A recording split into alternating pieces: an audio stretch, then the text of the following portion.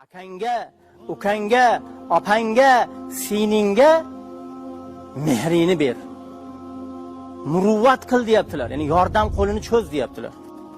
Ayni hozirgi paytda aytiladigan gap muhtaram azizlar. Ming afsus ba'zilar dunyo talashib, meros talashib, poydevor talashib, aka uka, opa singil bir-biri bilan judo-judo bo'lib ketyapti. Arazlashib gaplashmasdan yuribdi.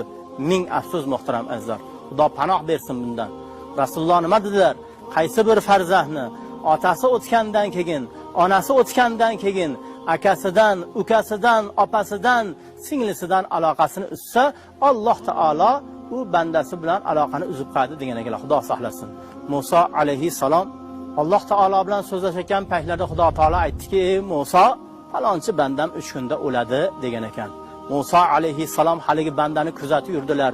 3 kun o'tdi tirik, 10 kun o'tdi, 20 kun o'tdi, 30 kun o'tdi tirigida. Oxiri so'radilar: "Ey Alloh, falonchini 3 kunda o'ladi deging, 30 kun o'tib ketdi, tirik yuribdi-yu." Shunda Alloh aytdi: "O Musa, u bandamni falon qishloqda bir singlisi bor edi. Singlisini ko'rgani bor edi. Shunda singlisi akasiga qarab, 'Ha, akam, ha, sizni ko'rsam otamni ko'rgandek bo'laman. Sizni ko'rsam onamni ko'rgandek bo'laman. Sizdan ota-onam hidi keladi deb duo qildi Alloh. Bu akamni umriga, rizqiga o'zing baraka ato qilgin" duo qilgan ekan.